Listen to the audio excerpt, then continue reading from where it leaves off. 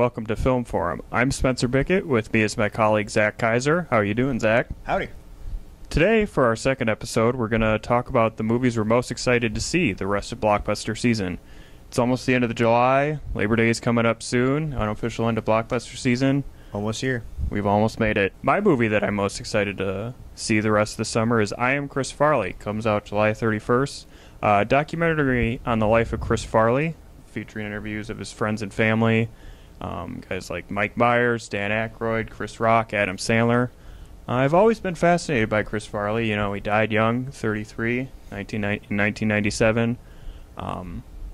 He was always, when you talk to guys from that era, you know, Chris Rock, Adam Sandler, titans of comedy, big, huge stars, they all say he was the funniest guy, and it doesn't sound like lip service when they do it. Oh, it kind of makes you wonder just sort of what he would have accomplished had he lived on, like what kind of career path he would have taken. True, you know, you think about the way these guys' careers have progressed. They keep making these big movies. I think he could have easily been involved. I honestly think if Chris Farley was still alive, I don't think Kevin James has the career he does. Yeah, definitely not. Chris Farley's like the Kevin James of what Kevin James could have been. Kevin James just is a pale imitation of Chris Farley.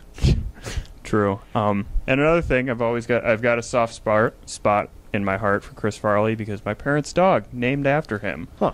When they were thinking about getting a dog, they were trying to think of a name, and I was reading the Chris Farley Show biography, kind of structured the same way as this documentary, and I thought, make a great name for a dog, and it's fit. Did he have like Farley-like qualities? Did he like jump in on the tables and break them and stuff? He does have crazy Chris Farley-like tendencies to kind of run into the room and slide around, so it works.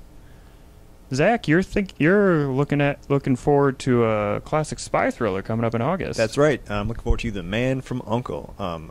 Cold War style spy thriller. I think it's actually part of a cultural trend. You see a lot of movies these days sort of harkening back to that days of the spy thrillers of the 60s and 70s, like the X-Men, the First Class, with set in the Cold War. You've got Skyfall, harkening back to the Sean Connery era of the James Bond films.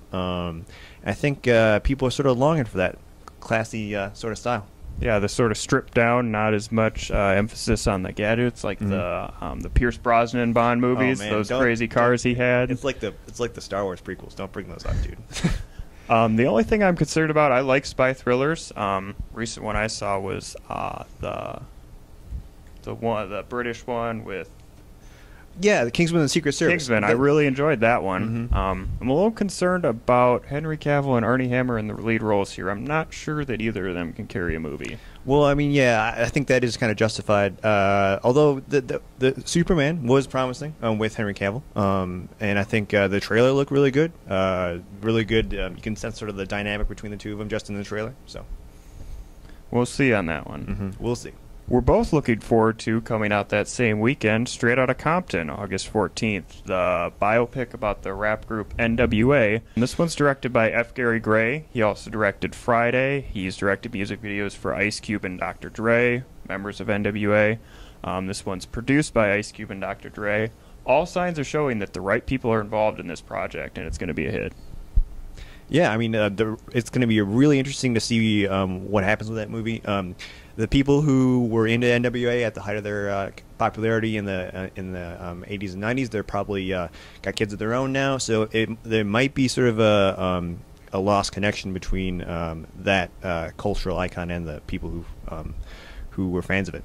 But this movie also might be able to introduce their music to a younger generation of audience that has missed it somehow. Or the characters Jerry Heller and Jimmy Iovine. Jerry Heller was the manager, Jimmy Iovine, Interscope.